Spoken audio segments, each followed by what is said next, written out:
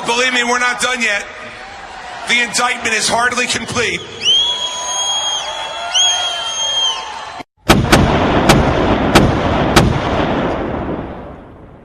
I was sitting down to connect some dots for this week's broadside related to Russiagate when a fresh bit of news splashed all over the internet, and instantly all of the disparate ideas were maybe not organized, but at least connected. What caught my attention was one of the strangest encounters I've ever seen as a lifelong political observer. Ben Jacobs, a skinny, bearded, bespectacled reporter from The Guardian, asked Greg Gianforte, Republican candidate for Congress in a Montana special election, a question about the AHCA's CBO score. It was the kind of pedantic question most reporters wipe away tears of boredom before asking, the kind politicians are trained to pivot away from like a wushu master. Ben Jacobs asked it anyway. Then, skinny, bearded, bespectacled reporter Ben Jacobs was slammed to the ground, and his spectacles shattered, I would imagine in slow motion. Into the CBO score, because you were waiting to make your decision about healthcare until you saw the bill and it just came out. And what you thought we'll talk to you about that later. Yeah, but there's not going to be time. I'm just curious if you have the speak right with now. Shane, please. But you don't. Sick and tired of you guys. The last guy that came in here, you did the same thing. Get the hell out of here. Get the hell out of here. The last guy did the same thing. You were the Guardian? Yes, and you just broke my glasses. The last guy did the same damn thing. You just body slammed me and broke my glasses. I won't even speculate what was going through Gianforte's head in the moment. Maybe he has advancing dementia. I don't really care. What matters to me is what happened next.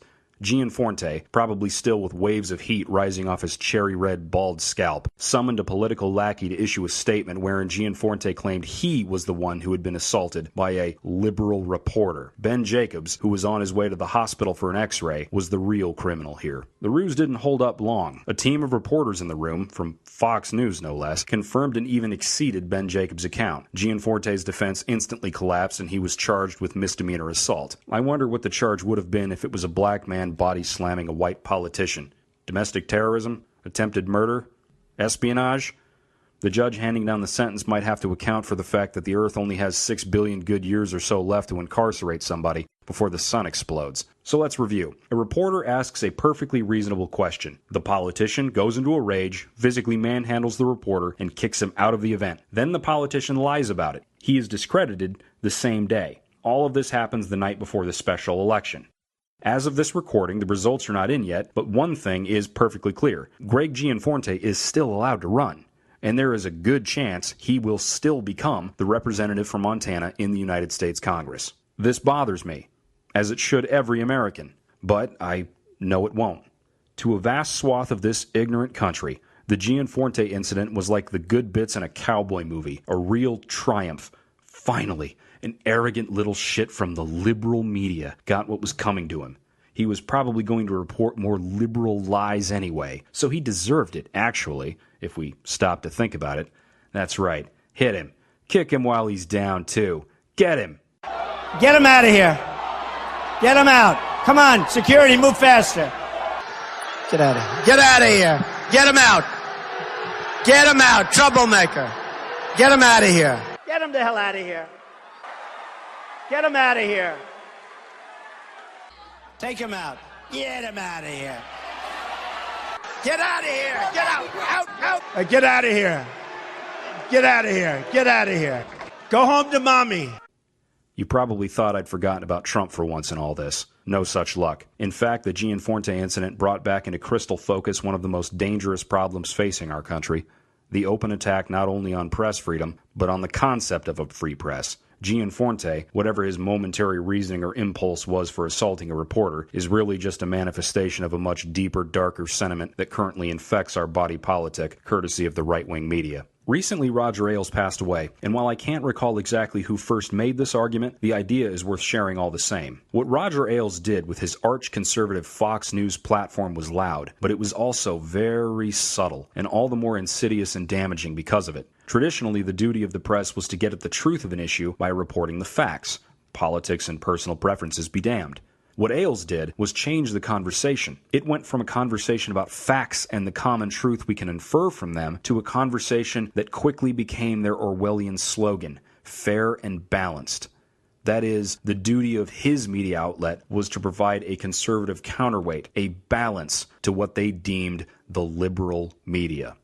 This is, in a word, the reason you can have 99% of climate scientists or biologists or geologists or physicists on the one side of an issue, but if you turn on a cable network today, you are likely to see a, quote, balanced panel where science denialists are shown in the same size box as actual experts. It's why if you pass through Rush Limbaugh country and you mention the drive-by liberal media, you will find legions of ditto heads nodding their assent.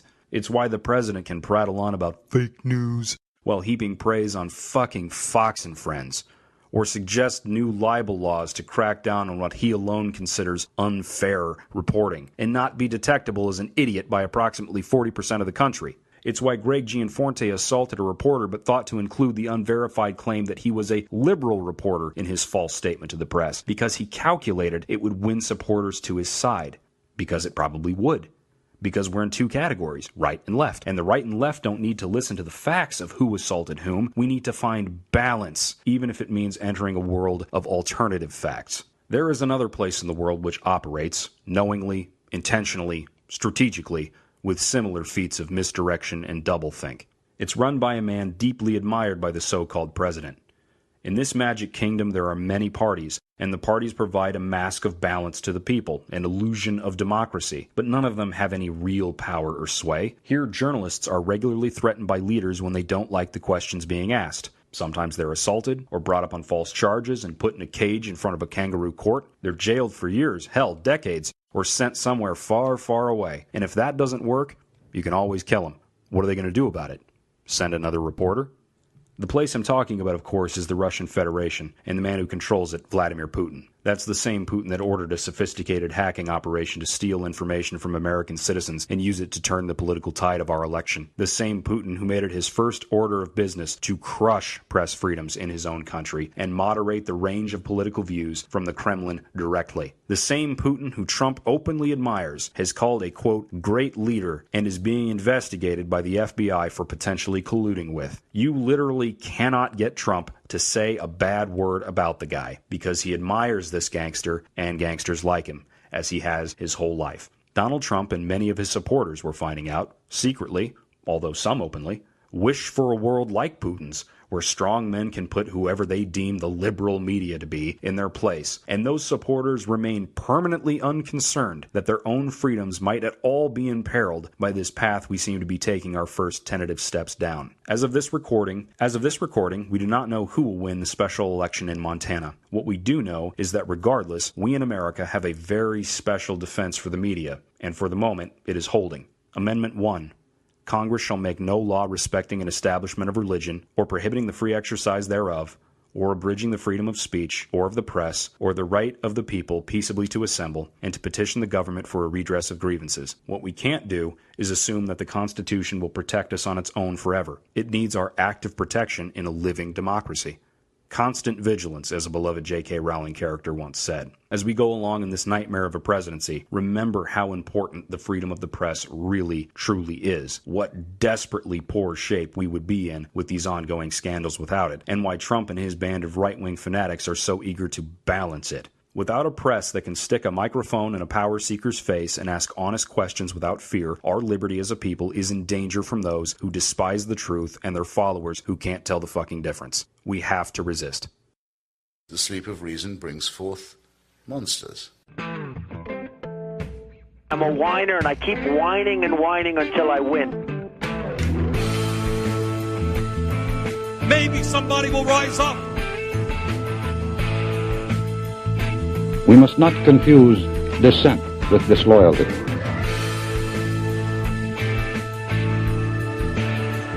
Welcome to Swing State, an aggressive, progressive, critical, and political podcast from the middle of the Midwest. Welcome back to Swing State. This is episode 18. I'm Lewayne. I'm AJ. And I was hoping that I would recover from my illness to find that I had simply had a terrible fever dream and Trump hadn't been elected president. But things didn't quite work out that way. However, it appears the American justice system may be trying to correct that grievous error. Yeah, it's been a whirlwind of a couple of weeks. If you're one of those people that's out there and you're just kind of like skimming the news and you're thinking to yourself, holy shit, I'm having a hard time keeping up with everything that's coming out. That'd be me. It is difficult to understand. I mean, I read this stuff, like it seems like hours every day goes into just trying to figure out what the hell's going on. And even still, it's nuts. Even trying to prep for a show where you're just going to talk about the Russia scandal for a little while, there's like 50 different avenues. The main thing we wanted to talk about here is where are we now in the Trump-Russia scandal? Maybe I can ask that question of you in a general way. Where do you perceive this as being right now? And well, what I know is that if this were a cop show, this would be about the third act. We'd be getting everything lined up to start making arrests. And I kind of hope that's maybe what we're looking at. I said something off air earlier about what it's got to be like to be the FBI agent who actually has to fucking put handcuffs on former President Donald Trump. But I have to admit, it's also the type of thing, as much as I'm sort of gleeful about this, he's fucking destroyed the credibility of the goddamn presidency, and that infuriates the shit out of me. Yeah, he's actually right now on a foreign tour going around representing the United States in these countries when his love for dictators and his contempt for free press and democracy and et cetera, et cetera, et cetera. We've talked about it a million times. It's just so naked. But yeah, I think your cop show analogy there is about right. That's about what it feels like to me. This just has the feeling of something that can't continue on too much longer because the stakes, even as they are just so massively high, and there's so much bad news coming out that what White House could make it through all of the allegations and the potential criminal charges that they're facing, depending on which avenue of this you're looking at, especially the financial. Especially the financial. That's actually the biggest issue is, again, yeah, it's almost sort of a punchline thing, Donald Trump, the potential criminal, and, the boys, and Ivanka, and Jared Kushner, and all that. But because we're talking about money, and we're talking about politics, it's not just those douchebags. I mean, you're talking about a party that potentially... I mean, how deep does this shit go? How far does it spread? Because we all know that politics operates on money. I mean, that's ultimately what it trades on. Without money, you can't do shit. And the money had to come from someplace.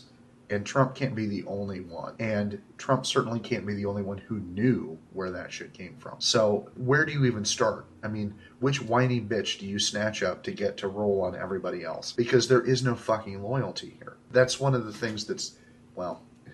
There's a lot of things different, but even within, say, W's presidency, the people backing him, the people around him, the people supporting him, they were going to take care of George. Oh, yeah. That's just what they do. Yeah, no, Dick Cheney wasn't going to roll on George even if he thought something was wrong. And there were times where Dick Cheney he and George did not see eye to eye. Right, but they also recognized, A, the party needed them to be that way, and B, the presidency needed them to be that way. You had to have that sort of relationship. That's one of the things that we sort of don't talk about very often, and this is sort of far afield of the Russia thing. But one of the big things that gave everybody such a hard-on about Trump was that he wasn't a politician. He didn't follow all those rules. But here's the thing. That's why there are fucking rules. How's that working out for you, right? Yeah, that's why there are career politicians. Because as dumb as W may have appeared to be, he knew how to work the system. If I could just interject a point right there, Donald Trump and his team were legitimately surprised that there was any backlash to the firing of James Comey. It's been a while since we've talked about anything. I mean, that feels like that was like a year ago. No, that was like 2 weeks ago that James Comey was fired. And then it subsequently came out that there was also a memo that he had written about Trump,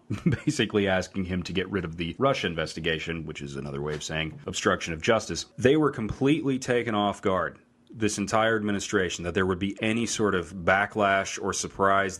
I think Trump legitimately thought that when he put in that little letter that they were doing this because Jim Comey had been mean to Hillary Clinton, and he thought the Democrats were mad at Comey and the Republicans were mad at Comey, so there just wouldn't be any reaction.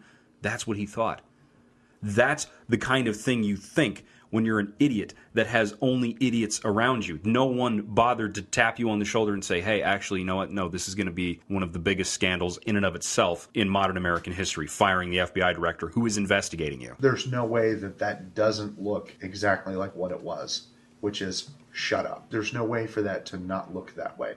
There's no way to spin that in any other way except that this guy is a threat to me, he has to go away. And that's part of the problem with the way Trump, quote, manages things, because that's his fucking solution. It's his fucking catchphrase. You're fired. Okay, well, that's fucking great. But that's not how the system works. And then beyond that, he goes on CNN with Lester Holt and says the following. But regardless of recommendation, I was going to fire Comey, knowing there was no good time to do it. And in fact, when I decided to just do it, I said to myself, I said, you know, this Russia thing with Trump and Russia is a made-up story. It's an excuse by the Democrats for having lost an election. When I did this now, I said, I probably, maybe will confuse people. Maybe I'll expand that, you know, I'll lengthen the time because it should be over with. It should, in my opinion, should have been over with a long time ago because all it is an excuse. Let me ask you about your termination letter to Mr. Comey. You write, I greatly appreciate you informing me on 3 separate occasions that I am not under investigation. Why did you put that in there? Because he told me that. I mean, he told me that. He told you weren't under investigation yeah, with I've regard to the heard Russia that. investigation? I've heard that from others. And at that time, he told me, you are not under investigation, which I knew anyway. That was one meeting. What was it? First of all, when you're under investigation, you're giving all sorts of documents and everything. I knew I wasn't under. And I heard it was stated at the committee, at some committee level, that I wasn't.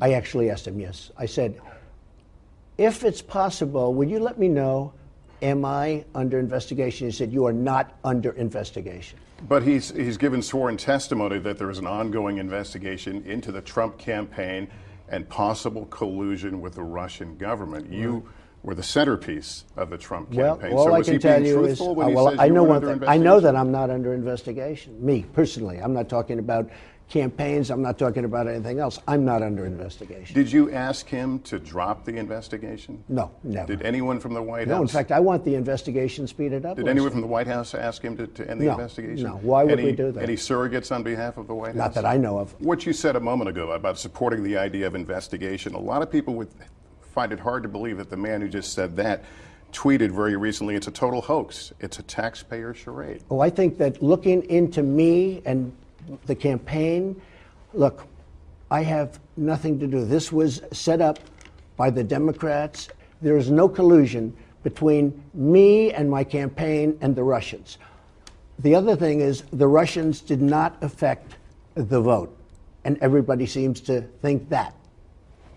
There is an investigation underway, though, an FBI investigation. Is that a charade? Well, I don't know if it's an FBI or if it's, there's so many investigations. But when you put out tweets, it's a total hoax, it's a taxpayer charade, and you're looking for a new FBI director, are you not sending that person a message to lay off? No, I'm not doing that. So he admitted to obstruction of justice in front of the whole goddamn country. And it gets worse because there's actually a pattern of obstruction, which is what a prosecutor is really going to be looking at, not just the one incident. You know, one thing you say can be taken out of context. The tone of your voice maybe was more flippant, yada yada. There was various ways of interpreting something. Once you've established a pattern, yeah, it's much more difficult to wriggle out of it. And in Trump's case, he just flatly admits it, and then contradicts himself later or pretends it didn't happen. But it because did. He doesn't know any better. He doesn't know any better. I mean, I know we've gone over that before, but he doesn't know what the fuck he's doing. Every episode we say that again like it's a new revelation we've come upon, but it's actually what Sam Harris in his podcast called Waking Up yesterday, he made the perfect analogy. He said Trump is like a malignant Chauncey Gardner. Chauncey Gardner is a character from a movie called Being There. It's sort of a strange comedy about this person who is raised watching TV his whole life, and he doesn't really have a personality, but people imprint on him whatever they kind of think they see or want to see, and he ends up rising high in politics and society because of it, and he's just completely clueless the whole time. That is Trump, but a worse version of that. Yeah, because Gardner was just sort of a lovable goof who didn't know better. Yeah, sort of an innocent person when Trump is anything but. Going on past that, there have been several more updates in the Trump-Russia scandal. Like I said in the beginning, it's hard to even keep up with them. We talked about Comey being fired and how that basically constitutes obstruction of justice. Some good news, a special prosecutor was appointed, and in case you think it's some schmo, it's actually the former director of the FBI, Director Mueller, and he has broad-ranging powers now to both investigate and prosecute crimes related to the Trump-Russia case. Reuters broke a story that Trump and his campaign had an additional 18 undisclosed contacts with Russia during the campaign and possibly the transition. Mind you, this is the whole time period Mike Pence is claiming to not know anything about anything. There was the sad day for America, the Russian photo op in the White House, where Trump invited in Russian media and the Russian ambassador, who is neck deep in this shit. He invites them into the White House without the American media, and during this time he boasts again that he had fired Director Comey and that had relieved pressure for him. American press didn't have access to the meeting on May 10th between President Donald Trump and Russian diplomats, but notes from the meeting, apparently distributed to a number of White House and other government officials, were leaked to the New York Times. According to their report, Trump told the Russians, quote, "I just fired the head of the FBI. He was crazy, a real nut job. I face great pressure because of Russia. That's taken off." Senator Patrick Leahy tweeted in response to the latest revelation, quote, "This is what obstruction looks like." Recently, Michael Flynn has taken the fifth. He was issued a subpoena for documents. He's refusing to cooperate. But there's also rumors out in rumorland that he may have flipped on Trump already. So he's not doing anything to help himself by taking the fifth. Don't worry about that. A top Trump White House official, according to the Washington Post, is said to be a person of interest in the case. This person is rumored to be Jared Kushner, but I can't back that up with solid sourcing. The mainstream press just says official. Although, realistically, since he's essentially running everything, he seems like the likely go-to point. Yeah. And as of today, former CIA Director Brennan has testified that he was concerned about collusion, potential collusion between the Trump campaign and Russia the entire time. That is dating back to last summer. So there is just a digest version of all of the things that have stood out to me. That doesn't even include all the increasing attention on Trump and his connections with the Russian mafia, which has been making some splash on Dutch TV. This whole thing is just really spiraling out of control quickly for Team Trump, and oddly, they decided to take a foreign trip right in the middle of it. Yeah, that's the type of thing you almost wonder if he's going to come back from it. They sent Priebus back, like, the next day. He got there, turned around, and flew home. Right now, Donald Trump is the public face of the United States of America. Yeah. And what credibility does he have to go to any country and discuss with them the way they behave, the way they treat their people, the way they do anything? He's got zero credibility, and he's supposed to fucking negotiate shit. First of all, he doesn't know how to negotiate. He just demands. That's not how that shit works. Again, this goes back to what I was talking about before, career politician versus this fucking idiot. I don't know how else to say it. He just doesn't know what the fuck he's doing. But he is the public face of all of us in foreign countries. America has this sort of reputation as sort of a rude, crude asshole. It's maybe not totally undeserved, but no, it's certainly not true in every case. No, but then you have this buffoon.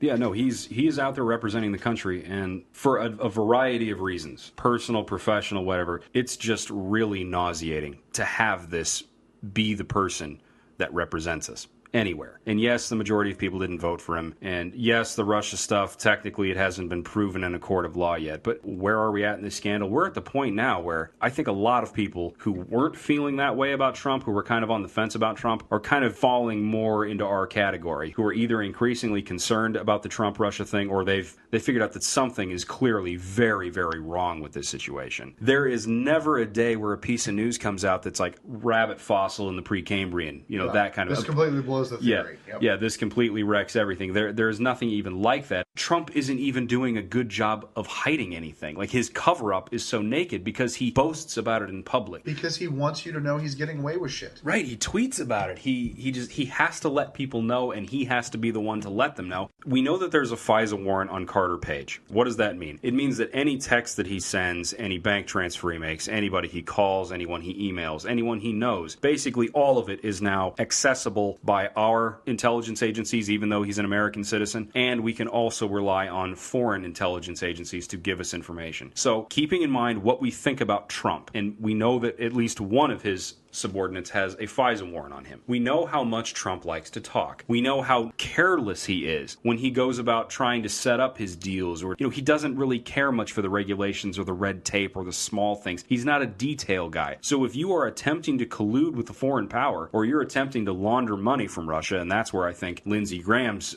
subcommittee is headed. They're looking looking into Trump's financials, and I think they're going to find money laundering. He's not very careful. And when you're not very careful and you're breaking serious laws and you've got spy hunters basically looking at you, I don't see a way out. I don't see a way that it's like, oh, this is just going to turn out fine. It's going to roll right off him. The problem is he is accustomed to that being how things work. It doesn't matter. Everything just rolls off of him. Bankrupt a company? Who gives a shit? Bankrupt a dozen companies? Who gives a shit?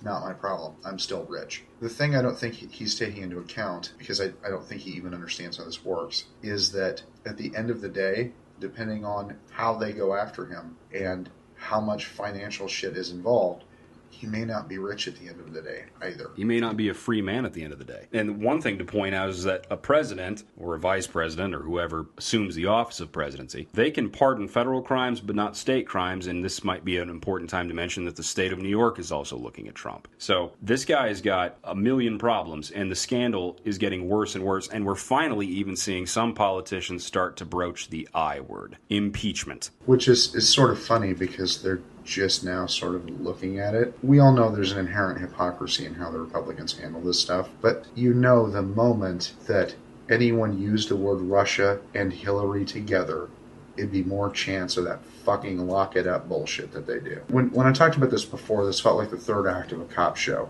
That this is the bureaucratic part just before the really exciting part where all the raids happen. But if this was Hillary we're talking about, it wouldn't have taken this long for them to be at the stage where we want to do this, we want to do that, we want to lock her up. Well, I think Rush Limbaugh would have had a stroke.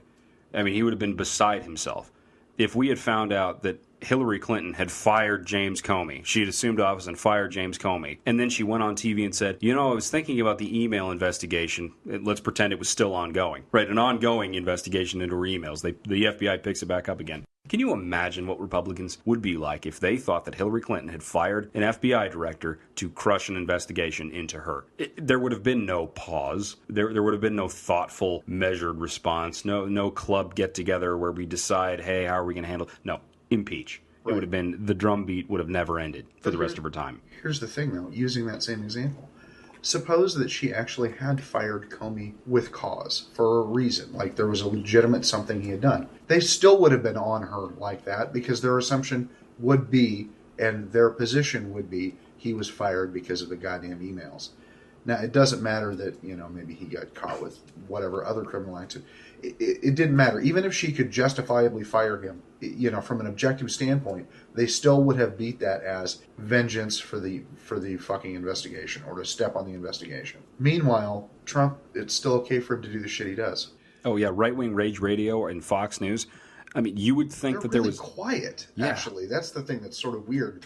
For once, they're sort of quiet about this stuff. They're talking about everything else but. Yeah, they're talking about leakers and the deep state. I mean, Sean Hannity he's really out there pushing some crazy ass conspiracy theories about that one DNC staffer that was shot in D.C. They are pretty desperate at this moment, I think, to change the narrative. But at what point will they finally have to reckon with reality? I mean, in Sean Hannity's case, maybe that's a bad example or in Mark Levin, the right-wing rage radio, they're kind of a universe unto themselves, and they've got an amazing seedy history in the Republican Party, but, who knows about them. But I think your rank-and-file Republican congressmen, I think most of them probably already get it, because if they're savvy enough to get to Congress, probably they can see what's going on. They actually know how the system works.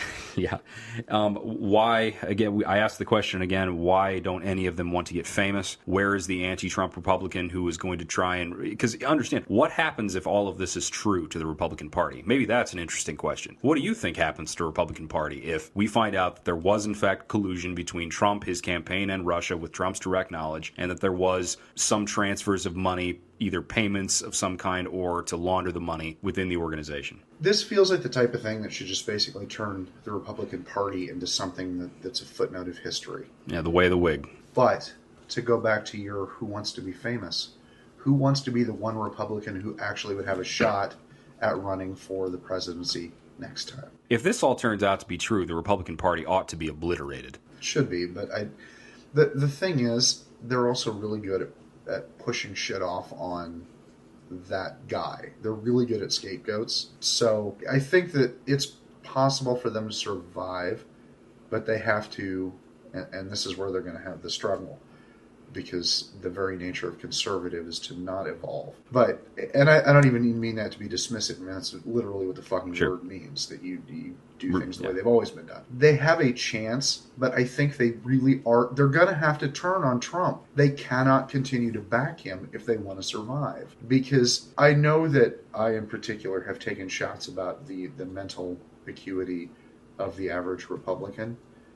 But for fuck's sake, even fucking primates have an understanding of the concept of fairness. They understand the basic idea of justice. How the fuck, as a Republican, can you look at the son of a bitch in the White House right now and completely ignore the fuck he's doing?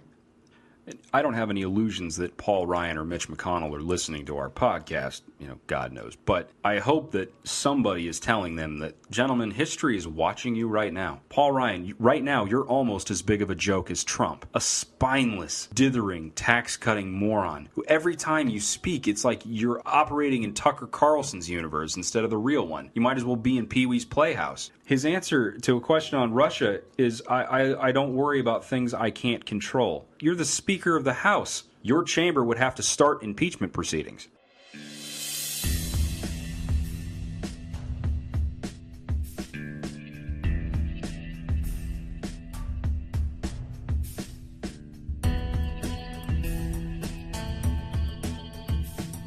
Can't get enough Swing State in your life?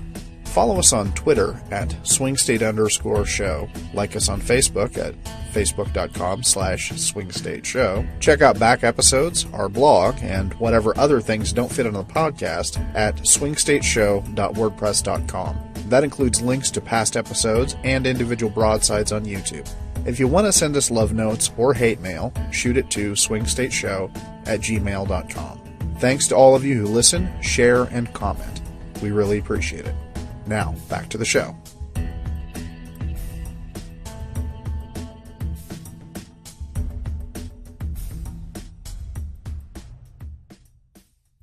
At the end of the day, this is a political problem for Republicans, and they do see it as a political problem because they have to run again. So they're constantly in the back of their minds, they've got polling data. That's what they're thinking about. They're wondering, what is the support? What is the country thinking about this or that? Right now for President Trump, when they're trying to decide if and when to plunge the knife into the back, they're probably looking at the Real Clear Politics polling averages, which right now have, out of the last 7 polls, 6 of them have Trump at 40% approval or below. It goes as low as 37, and there's one from Rasmussen, which tends to be an outlier poll. That one has him at 46% approval. The rest are 39, 39, 37, 38. And also disapproval is going up. And as was reported in the media recently, the strength of disapproval has also gotten much worse, and the strength of approval has gotten much weaker. So this is what they're going to be looking at and thinking about. Yeah, being poll-driven, because again, they know how the political system works. They're going to recognize they have to cut their losses. They just have to. Frankly, when you were giving me the numbers earlier,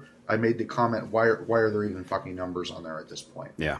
I mean, how hardcore do you have to be to even still support him? To even think, Russia or not, that he's doing a good job, to approve of what the hell he's doing? How? He's not doing anything right. Yeah, even in his domestic policies. I mean, whether it's his Muslim ban or his health care bill, which is despised, or his latest effort now, the budget to slash Medicaid, this is just a giant middle finger to that 40% that seem, come what may, are locked in with this guy. And I don't know what it's going to take to get that 40% down. Maybe if Fox News started showing news once in a while, that would help. And sorry. That's all right. To do that again. No, that's okay. But at the end of the day, I recognize, I think we both do, that there are going to be people who just will not be swayed. At risk of bringing this up again, you and I have both been religious and are not now. But our lives still involve a great deal of people who are religious, who, looking at them from our outside position, like, how the fuck do you still do that? How do you still believe in this thing? This is not, I don't think, any different ultimately. There's so much of an identity wrapped up in the party that you you have to support the party or the man. Because the funny thing is the conservatives on the right-wing radio, they hate the Republican Party almost as much as the Democrats do. Actually, maybe more so in a way. It's kind of a twisted relationship that these folks have with their own politicians. Because like on the left, I may not be the biggest fan of the so-called corporate Democrats as opposed to, say, a figure like Bernie Sanders. But at the end of the day, I recognize that Chuck Schumer is not somebody I need to toss into a wood chipper anytime soon. He's not the problem that I have. But you ask Republicans, and they're probably about as likely to blame Paul Ryan for everything as Trump. So I guess that sort of explains the numbers, but there just has to come a point where you're like, none of this works. None of this fucking works. There's no way. You can't look at this as a pragmatic person, as a literal conservative, as somebody who understands what the economy means to you. Or what our Western alliances mean to us, that Trump seems intent on shitting on in order to prop up his fantasy about a defensive alliance with Russia against ISIS, the same country that just meddled in the election and potentially worse. Yeah, that's actually something you and I mentioned. I mentioned this to you off mic, and this is one of those things I don't get. The Russians were the fucking bad guys. For most of our history, post-World War II, except for this brief period right after the fall of the wall, the Russians have been the bad guys. Now, all of a sudden, they're our best buddies. How the fuck do you Republicans do that?